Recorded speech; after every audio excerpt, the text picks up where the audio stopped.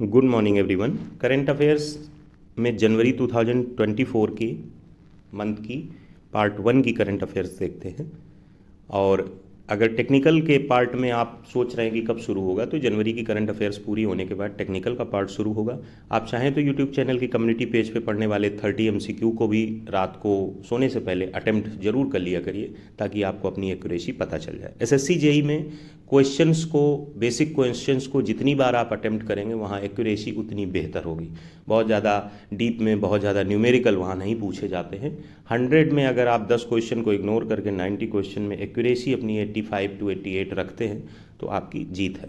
यहाँ पे पहला क्वेश्चन है, which of the following cities hosted the international kite festival in January 2024। Options हैं अहमदाबाद, सूरत, अयोध्या या फिर बनारस। तो करेक्ट ऑप्शन आपका अयोध्या है।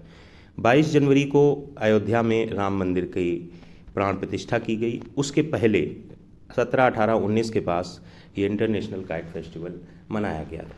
गवर्नमेंट उत्तर प्रदेश सरकार के द्वारा होस्ट किया था। अगर पूछा जाए who was the host of the international kite festival, that was UP government.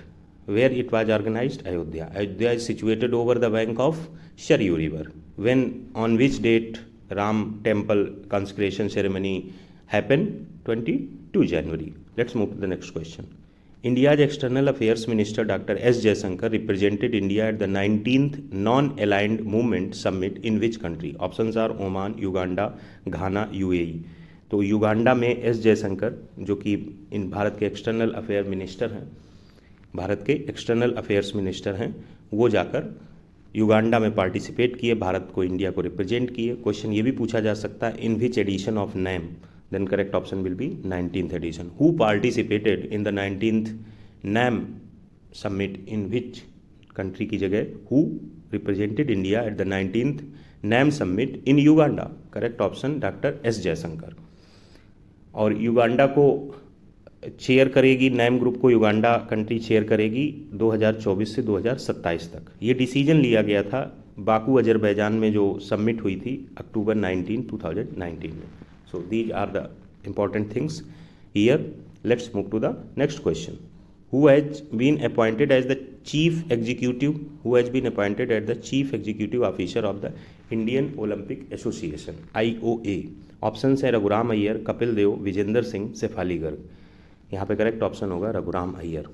इस क्वेश्चन से एक चीज़ आप रियलाइज करिएगा, कुछ लोग अभी बीटेक फ्रेश पास आउट हैं, 1-2 साल हुए हैं, इनको फ्रेश पास आउट ही बोला जाता है। 1-2 साल होने पे जब 5, 7, 8 साल हो जाते हैं तब फिर फ्रेश पास आउट नहीं बोल सकते आप। IOA ये एक इंडियन ऑर्गेनाइजेशन है और रघुराम अय्यर एक नॉन IAS ऑफिसर हैं और इन्हें CEO बनाया गया है।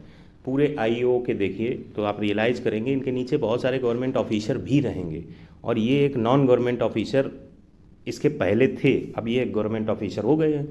तो ये ज़रूरी नहीं है कि जितनी संस्थाएं सरकारी हैं उनमें जो लोग बैठते हैं, ऐसे ही आप देखिएगा कई मंत्रालय ऐसे हैं जिनमें लोग जो है प्राइवेट सेक्टर के मंझे हुए खिलाड़ी हैं। आप उनको ये नहीं कह सकते हैं कि बीजेपी ने रिसोर्स करके लाई है और ऐसा बना दिया। ठीक है, एक हद तक कहीं ना कहीं उनके अंदर कैपेबिलिटी भी ठीक ठाक है, ऐसा नहीं है कि केवल रिसोर्स होते हैं। और जो भी गवर्नमेंट रहती है कुछ ना कुछ तो उसका इंक्लिनेशन रहेगा ही, कोई भी रहेगा। इसकी जगह अगर कांग्रेस आएगी तब आप देखिएगा उतनी ही आँख रखिएगा। यहाँ पर मैं ना इसका सपोर्टर हूँ ना उसका सपोर्टर हूँ। ये राजनीति का एक अंग होता है कि जब हम सरकार में होंगे तो अपने प्यादे ही तो बिठाएंगे। ये आप मान के चलिए, कभी आप ये नहीं पाएंगे। हाँ, ये एक हो सकता है कि आप किसी चीज़ पे बहुत ज़्यादा ध्यान लगा कर रखे हों, उस चीज़ को हाईलाइट किया जा रहा हो, तो पॉलिटिकल गेन के लिए पब्लिक का जो इंटरेस्ट है उस पर्सन को वो पोस्ट दे दी जाए। ये केवल रेयर केसेज में हो सकता है। बाकी जो पार्टी रूल करती है वो रूल ही कर पाती है तभी जब वो अपने लोगों को बिठाती है। अगर वो दूसरे लोगों को बिठाएगी तो रूल क्या कर पाएगी, क्योंकि उसका भला करने के बावजूद भी वो उसके एंटी एक्ट करेगा। तो ये चीज़ तो जो रहती है इन पब्लिक ओपिनियन की, ये ख़राब हो रहा है, ये ख़राब हो रहा है, लेट्स चेंज। तो आप इंडिविजुअल जाकर नहीं बैठेंगे, आपकी पसंद के व्यक्ति बैठेंगे और आपकी पसंद के विरोधी भी तो एक सर्टेन नंबर ऑफ पीपल है, तब भी यही चीज़ें होंगी। तो बहुत बड़ा चेंज नहीं आता, बस एस्पेक्ट में और स्वाद में चेंज आ जाएगा, लेकिन जो हिडन इंटेंशन है पॉलिटिक्स की वही रहेगी। खैर, यहाँ पे जो मैं कहना चाहता हूँ, जो रघुराम अय्यर रिप्रेजेंट हुए हैं, ये पहले स्पोर्ट्स मैनेजमेंट फील्ड में है, यानी कि इनके पास कोई ना कोई स्पोर्ट्स मैनेजमेंट की डिग्री होगी। इनका लिंक्डइन पे आप प्रोफाइल देखिएगा, और इन्होंने CEO ऑफ राजस्थान रॉयल्स भी वर्क किया है IPL में, लखनऊ सुपर जॉइंट और राइजिंग पुणे सुपर जॉइंट, और अब CEO बने हैं IOA के। बीटेक के बाद अगर MBA IIM से या B स्कूल से भी प्रेफर करते हैं तो your career will be more better than having a government job after BTech. The reality is this. Even आप कितने भी CPWD में हो या PWD में हो, MBA करने के बाद either LLB from IIT BTech के बाद, ये दो जो पेशे हैं ना, ये सबसे हाई प्रोफाइल पेशे हैं, जो बीटेक के बाद इवन IAS आप बन जाएं उसके बाद भी अगर उन्हें कैसे लाइफ स्टैंडर्ड को मेंटेन करना है, 99% people know how to maintain the life standard, तो कोई नहीं टिकता इन दो लोगों के आगे। Advocate having a good LLB degree and practising in Supreme Court and MBA degree, फिर आप समझ लीजिए कि बड़े बड़े ऑर्गेनाइजेशन है जैसे विराट कोहली है, सुरेश रैना है, इनके अपने बिजनेसेज हैं, रेस्टोरेंट्स हैं, तमाम तरीके की इनके शेयर मार्केट में पैसा, इस सबका मैनेजमेंट इन लोगों को कोई मतलब नहीं होता। इस सबका management MBA from B schools, MBA from IIM, 2 या 3 लोग होते हैं, कभी कभी एक ही व्यक्ति होता है, वो सब इनका फाइनेंस मैनेज करता है, और इनकी पर्टिकुलर पर एनम सैलरी होती है 20 करोड़ 15 करोड़, ये सिचुएशन रहती है।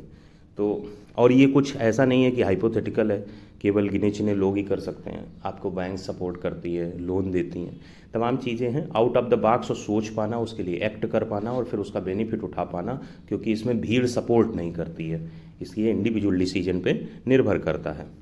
अगला क्वेश्चन है, who has becomes the first women to hold $100 billion fortune according to the Bloomberg billionaire index. Options Nita Ambani, Roshni Nadar, Francoise Bettencourt Meyers या लियालेनी बेटनकोर्ट। करेक्ट ऑप्शन है फ्रैंकोइज बेटनकोर्ट मेयर्स। ये लॉरियल ब्यूटी जो empire है उसकी ये विरासत संभालने वाली है, हेरर्स है, और इन्होंने $100 बिलियन से भी ज़्यादा आपका टच किया है नेटवर्थ, और BBI ने इन्हें मेंशन किया है, फर्स्ट वुमेन बनी है, तो करेक्ट ऑप्शन C पार्ट होगा। Who has been honoured with prestigious MS Swaminathan award 2024 in a recognition of his contributions as a scientist and extension specialist in the field of agronomy. MS Swaminathan award 2024 मिला है professor BR Kamboj को। इसमें हमने option जानबूझ के कुछ डाले हुए। Rotary club of Madras MS Swaminathan award मिला था 2023 में। डॉक्टर सुरेंद्र सहगल अवार्ड मिला था 2022 में। PV सत्यनारायण अवार्ड मिला था 2021 में। जो प्रोफेसर BR कंबोज हैं ये CC चौधरी चरण Singh Haryana agriculture CCHAU Haryana agriculture university के VC हैं प्रोफेसर BR कंबोज। तो इस प्रकार से इसका करेक्ट ऑप्शन B हो जाएगा। अगला क्वेश्चन है, which state government has launched Yogya Shri scheme to provide free training modules for SC and SC ST के लिए योगा श्री स्कीम चलाई है। कौन सा स्टेट है? ऑप्शन है हिमाचल, अरुणाचल, वेस्ट बंगाल या बिहार। तो वेस्ट बंगाल ने ये काम किया है, करेक्ट ऑप्शन C पार्ट होगा। अगला क्वेश्चन है, 23 year old Divya Kirti Singh Rathore of Rajasthan has receive the prestigious Arjuna award for president Draupadi Murmu from she becomes the first Indian women Arjuna awardee for which sport? Equestrian, wrestling, cricket, badminton. Equestrian का मतलब होता है घुड़सवारी, और घुड़सवारी में राजस्थान से पहली महिला बनी है अर्जुना अवार्ड जीतने वाली। कौन बनी है? First Indian women Arjuna awardee for which support. Rajasthan से जो बनी है वो फर्स्ट इंडियन वुमेन भी है। कोई इंडियन वुमेन घुड़सवारी में अभी तक अर्जुना अवार्डी नहीं रही है, तो करेक्ट ऑप्शन A पार्ट होगा और इम्पॉर्टेंट भी है। और ये जो दिव्य कीर्ति सिंह राठौर हैं ये रैंक नंबर 1 है एशिया में, नंबर 14 है ग्लोबली नंबर 14 इनकी रैंक है। इन्होंने चीन में जो एशियन गेम्स हुए थे वहाँ भी गोल्ड जीता था। तो यहाँ पे करेक्ट ऑप्शन है क्वेश्चन होगा। मोस्ट ऑफ द टाइम आप ये देखिएगा कि नाम पूछा जा सकता है। The first women who has won the Arjuna award in the sport of equestrian named as Divya Kirti Singh Rathore. इसके अलावा कुछ अवार्ड और हैं जिनको देख लेते हैं। Dronacharya award regular category for outstanding coaches, wrestling में ललित कुमार को मिला है, BR रमेश चेस्ट में है, महावीर प्रसाद सैनी पैरा एथलेटिक्स में है, शिवेंद्र सिंह हॉकी में है, गणेश प्रभाकर देवरंकर मालाखंब में है। Dronacharya award life time category, ये इंपॉर्टेंट है, फॉर आउटस्टैंडिंग कोचेज। गोल्फ में मिला है जसप्रीत सिंह ग्रेवाल को, भास्कर ई कबड्डी में मिला है, जयंत कुमार फुशीलाल टेबल टेनिस में मिला है। और एक कैटेगरी है Dhyanchand award for lifetime achievement जिसमें आउटस्टैंडिंग कोचेज नहीं लगा है, उसमें मंजूषा कंवर बैडमिंटन है, विनीत कुमार शर्मा हॉकी है और कविता सेल्वराज कबड्डी है।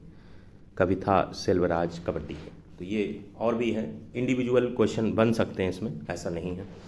अगला क्वेश्चन है, world Hindi day is celebrated every year on 10 January. What is the theme of world Hindi day 2024। आपसे वर्ल्ड हिंदी डे 2024 की थीम पूछी है। विश्व हिंदी दिवस कब मनाया जाता है? 10 जनवरी को मनाया जाता है। 2024 की थीम क्या है?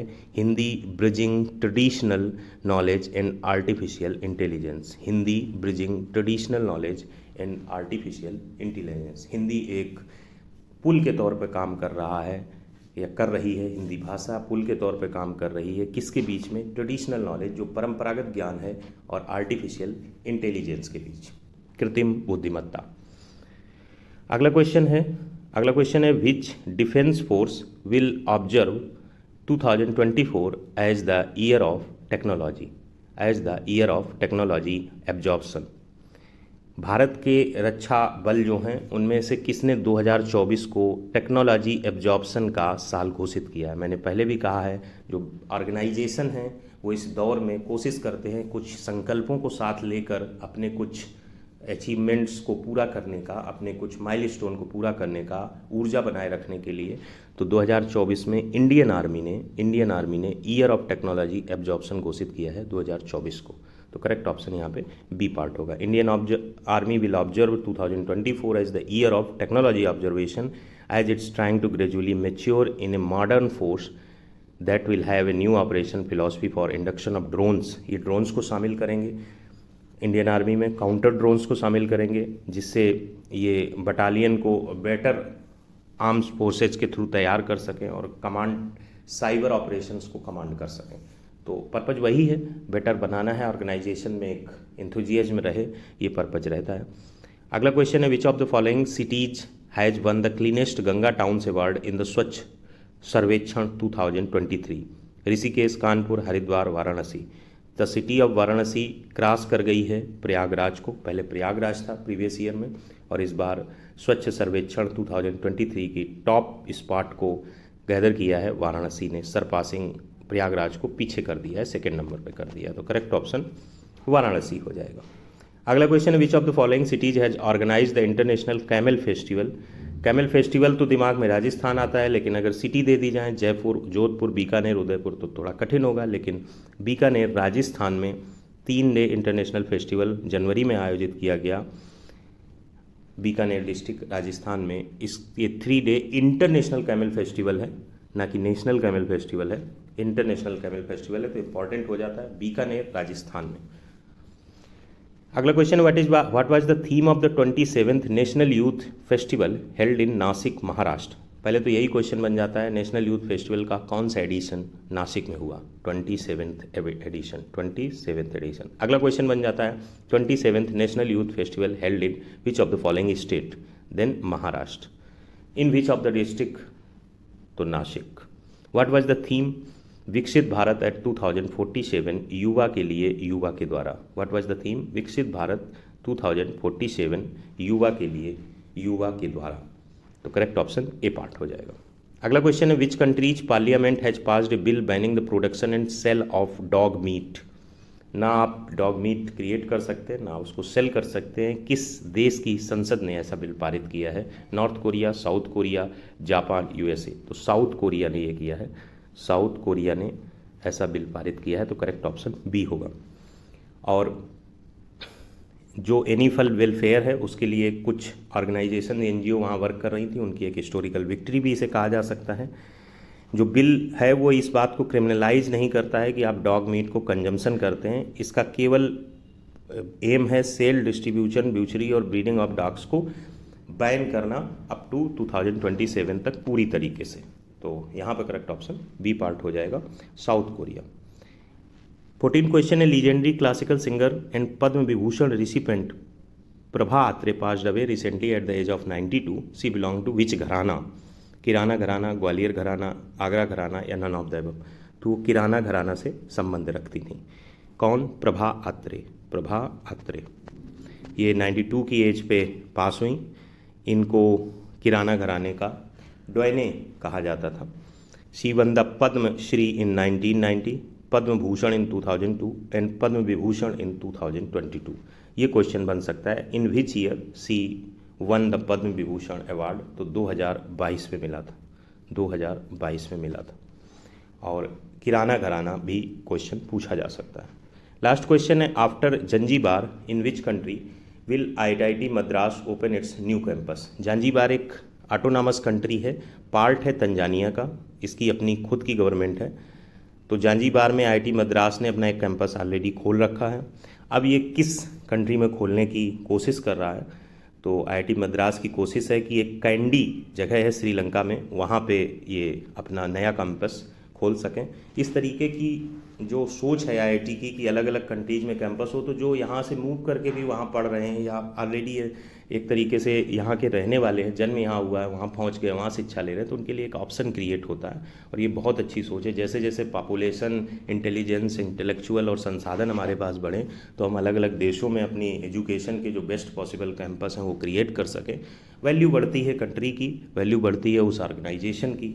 लोग जब उससे डिग्री लेते हैं तो उसके नीचे भारत का नाम लिखते हैं, और जब दूसरे देशों के लोग डिग्री लेते हैं तो वो फीलिंग भारत के लिए भी आएगी। जैसे हम लोग यहाँ से जाकर USA, कैलिफोर्निया, कनाडा में डिग्री लेते हैं, तो उनके लोग उन्हीं के देश में हमारे देश की एजुकेशन के बेस्ट इंस्टीट्यूट की डिग्री लें, तो ये बहुत अच्छी चीज़ होगी, गर्व की चीज़ होगी। तो ये क्वेश्चंस थे, मिलते हैं पार्ट 2।